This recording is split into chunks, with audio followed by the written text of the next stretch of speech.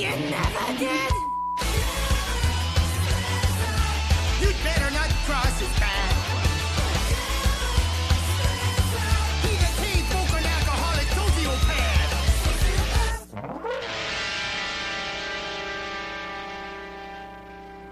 This is the 12th time we've had to give you a drive home, you little reprobate bastard. Have to hand it to you. You're the first kid I've ever seen set fire to a parade. Why don't you just give up, you broken-headed idiot? Kevin decided he'd ignore the cops, mostly because the cough syrup was kicking in and he was having a hard time piecing all the words together. It was springtime and Kevin was excited because when the snow melted, he usually found about $80 worth of empties in the backyard, which was as close to having a job as he was ever likely to come. Once when the snow had melted, Kevin and his dad found a dead raccoon. Hey boy, look at me. I'm Davy Crockett. Ah! Kevin thought he might like to have another pet of his very own. Kevin had never had much luck with pets because the voices in his head kept making him kill them. He briefly owned an alligator, but that didn't work out very well either. Kevin was older now, so he thought maybe things would be different. The next day, Kevin went to the Humane Society and got a cat named Schmutzig, which the clerk said was German for dirty. The cat had been abused and really hated everyone. So Kevin thought he'd give it a try, since they seemed to share the same worldview. The cat wasn't much fun, because all it did was hide under the couch and bite anyone who tried to touch it. That thing stays under the couch all day. It ain't right in the head. One day, Percy started the car, and that was the end of Schmutzig. Kevin noticed that the sound the cat made when it was being killed was kind of onomatopoeic with its name. Kevin was as sad as a sociopath could be. He decided he'd ask his parents if he could get another pet. Backyard's getting kind of full already, boy. You leave him be. We'll go to the mall and see what's at the pet store later, baby. Can't you see the boy's trying to reach out and share his love? Now everyone shut the hell up. I'm watching my show. Mary Ellen, I must tell you the truth. Not if the truth will destroy us, Brock. Will Chad's memory return in time for him to stop the wedding? Will anyone notice how long Grandpa's been in the attic? What tragic secret does Mary Ellen keep in her composter? Find out on the next Labyrinth of Lust. And don't forget, ladies, especially you young ones, that I, Brock Brickleydale, will be making a celebrity guest visit to the mall on glamorous Highway 7 this afternoon. I'm going to sign pictures and make your dreams come true. But mostly sign pictures. Oh my God! What I wouldn't give to have him frig my joint. Oh, go start the car, Percy. I'm gonna go freshen up. Get a load of this, boy.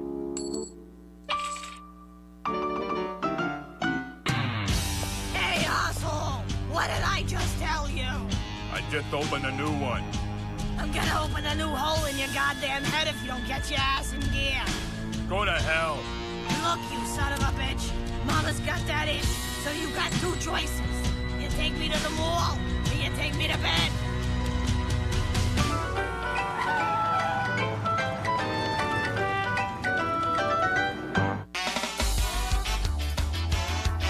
I always like going to the mall because it reminds me when I was a kid. It's not just a bicycle, son. It's a revolutionary new toy. The Jimmy Osmond Fold-A-Bike. Give it a try. They had to sew 3 of my fingers back on after that. Hey, you're still barred from this mall till you pay for that claw machine you broke. That thing ripped me off. Fucking stuffed bunny rabbit was mine, you prick. My bunny, mine. All right, buddy, it was your friggin' bunny. Big deal. Go in. Just shut up! Hi, ladies. I know who you're here to see. That's right. And Brock will be right out after we treat you to this 2-hour fashion show of our latest spring lines. is today's woman wearing? Pretty much any damn thing we tell her to. And that goes for this cheat combo from Skanks of Hollywood. It's a beautiful faux silk business suit that's comfortable, easy to clean, and all the pockets are waterproof for you bulimics who just can't find a bathroom. Imagine how this fashion statement will carry you through the day.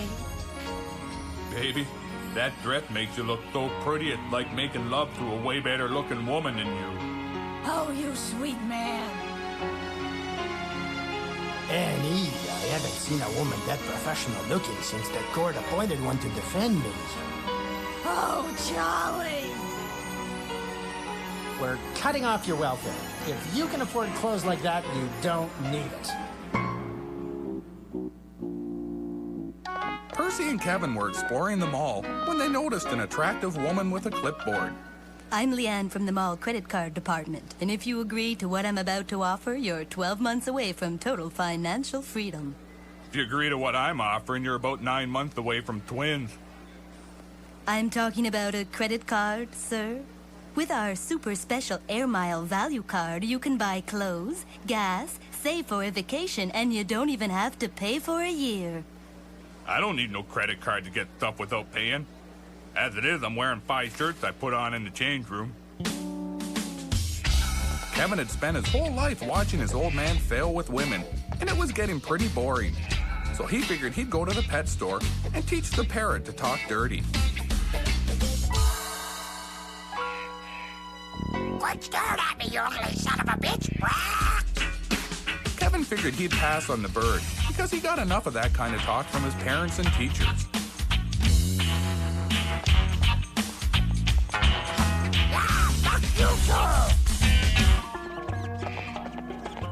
You can't buy them rats, boy. Those are the ones we feed the snakes.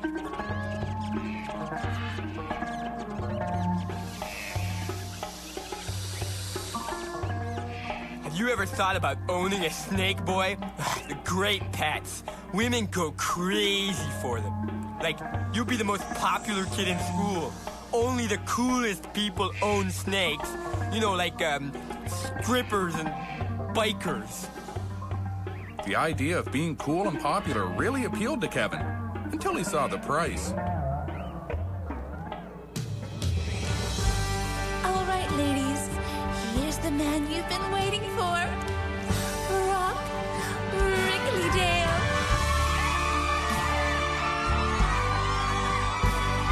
Hello, girls. I want to make love to each and every one of you. Attention, ladies. I'm only here for an hour, so let's start signing. Me first. Oh, Brock. Oh, I love you. When my Percy and I are doing it, I usually think of you. Well, sometimes I think of Larry King, but, oh, that's a nasty one. I won't tell you about that. How charming. Next. I don't think it's a sexual thing. Though I bet you got no problems in that department, huh? I bet you hung like a... You know, ma'am, there's other ladies who need my attention. Oh, just move it, sister. Don't you worry, Brock. I know how to handle them.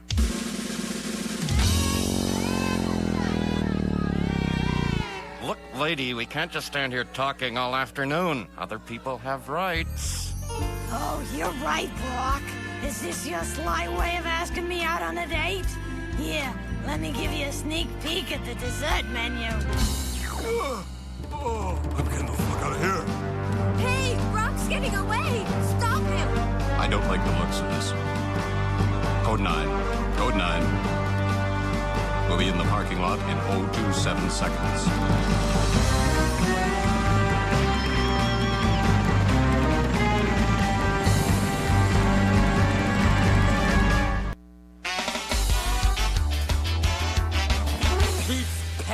Proudly presents a panoply of peculiar pedigrees.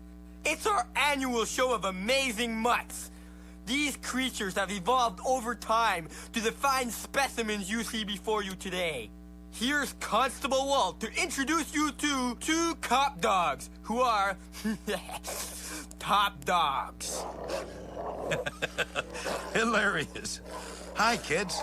These little puppies are named Slash and Reaper. They want to be your friends, and for God's sakes, don't pet them. I mean, they're not pets. Slash and Reaper can dismember a thief, rider, or libertarian in under a minute. Watch what they do to that attack dummy.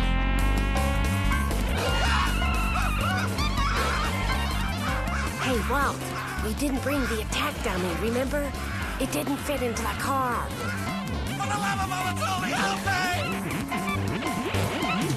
me! Wow! Wasn't that wonderful, folks? Now let's see what other canines have the right woof. Oh, don't forget, this show is sponsored by Pucker, the only dog toy that actually smells like another dog's anus. And now, here's the Afghans.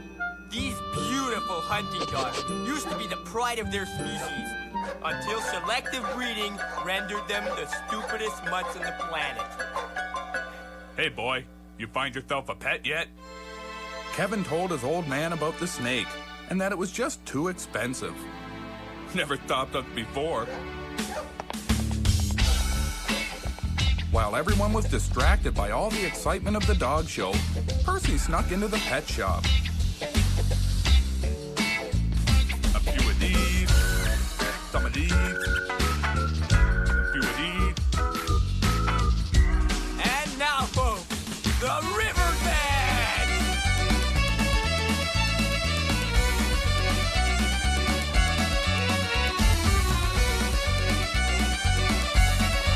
Here, boy, stick this in your shirt.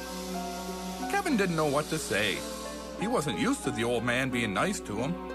The only other time it happened was when he had fallen from the roof and broken both his arms and legs. Percy loaned him a quarter to call 911. I just wanted to see if I could do it. Your old man still got the touch. I saw Brock. It was magical. We gotta go home so I can write him a letter. I think I really got his mojo working, yeah, baby. That guy could afford any prostitute he wanted. He wouldn't give you the time of day. All right, mister, you're coming with me. I saw you slipping the steak to someone over there.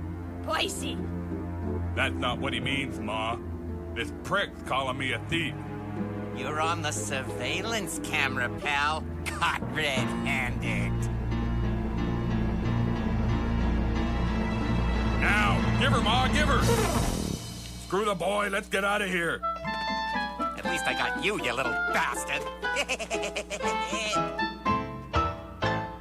You ain't never gonna learn, are you, boy? Hey, those kids don't look old enough to have beer. Okay, kids. Set the booze down slowly. I'm letting you off with a warning this time. What'll we do with the evidence? Same as always.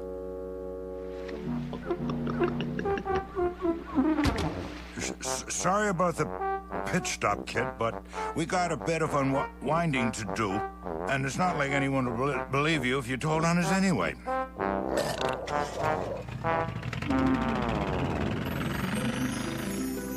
Dear Brock, I'm sorry we didn't have a chance to finish our conversation. I've enclosed a little something to remind you of me. The next time you're feeling hot and bothered, I know that you're afraid to share your true feelings for me because I'm married.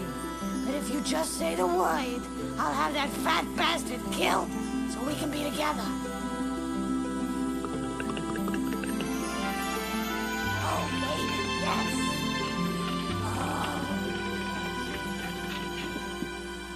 Well, that's just perfect.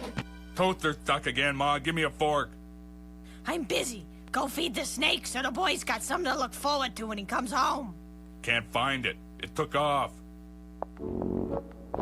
Well, do something useful. I gotta get to the mailbox. When you come back, bring smoke. Can I see your driver's license and registration, please, sir? Certainly. Is there a problem? I'm a tourist from the United States and... Goddamn immigrants. Coming to our country and taking all our jobs. Well, I'll teach you to drive with a burned-out taillight. Hey, you can't do that. Get the dogs, partner. We got us an immigrant.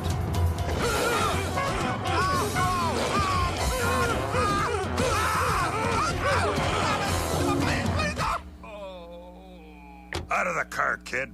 You've learned your lesson. Don't be an immigrant resisting arrest and trying to take somebody's job on my beat. Kevin told Walt that being a corrupt cop working with the K unit looked really cool.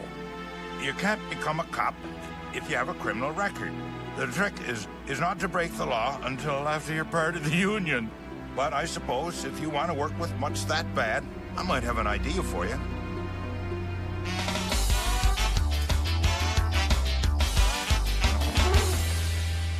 Your old man lost your snake. Kevin told his mom that it was okay because he had a new pet. Oh, gee, the dates. Not another friggin' dog. Kevin was volunteering to train guide dogs for the blind. That way he'd get a new pet every few months and he would never be bored. Kevin named the dog Amundsen because he enjoyed exploring poles. After a few days, Kevin realized that training a guide dog was a whole lot more work than he'd imagined. You had to stop at every intersection, and waiting for a green light sure wasn't as exciting as tearing apart an American tourist. Then he decided there wasn't any reason he couldn't train the dog to do all the things police dogs did. Even more. The first thing he set out to do was to train it to find beer. Then he decided he'd teach the next guide dog how to find beer.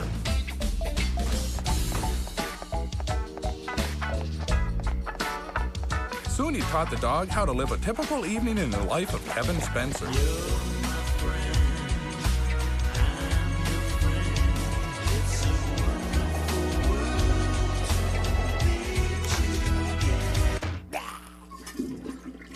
Hi, baby. Brock Brickleydale here.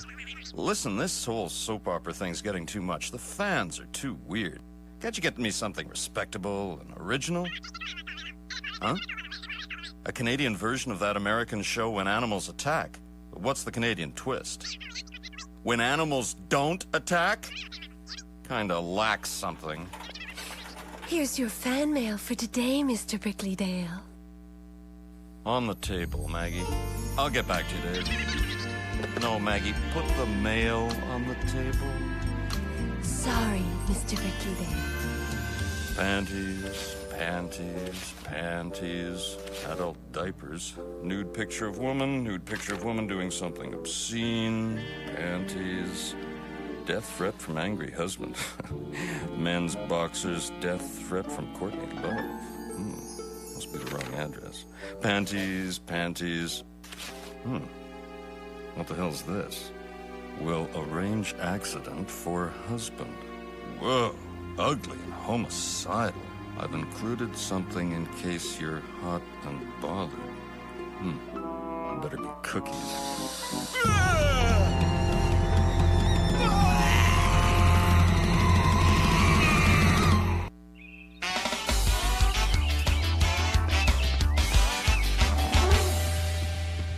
I'm here to complain about the guide dog you sold me.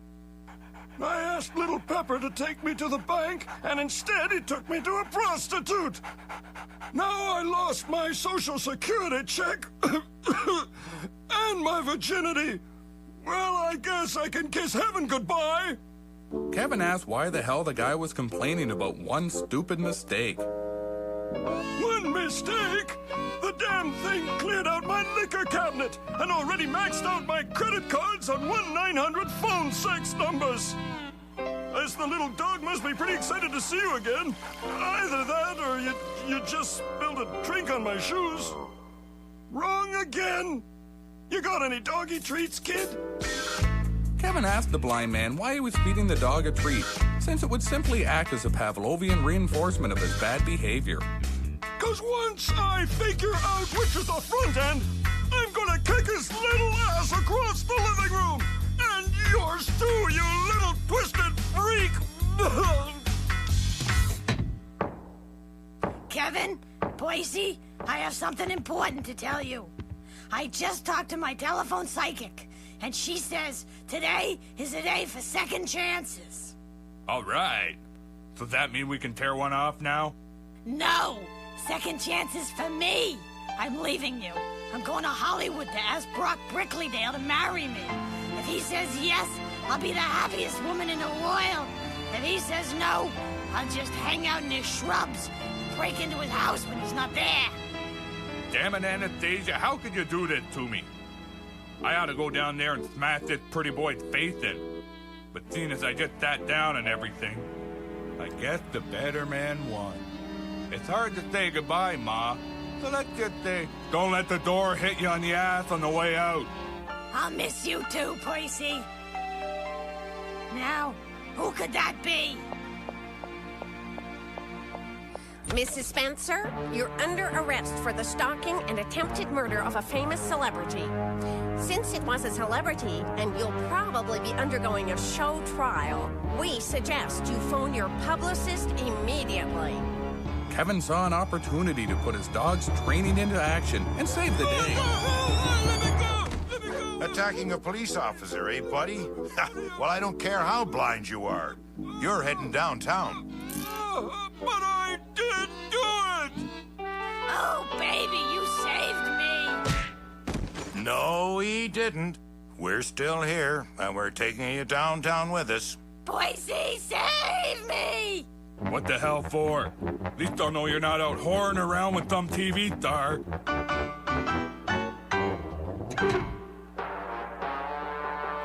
Hey, boy, now that your old lady's gone, we can watch some good quality programming. Up next, it's Hooker Squad. You better fill up the cooler for this one, boy. Kevin decided that it was probably for the best if he never owned a pet again, unless he built it himself out of spare parts he found on the highway.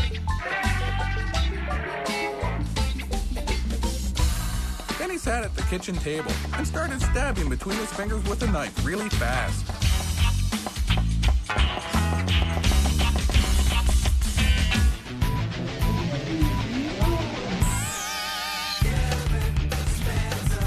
Something's wrong with that kid.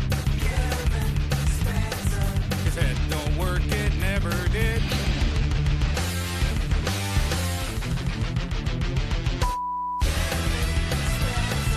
You better not cross his path.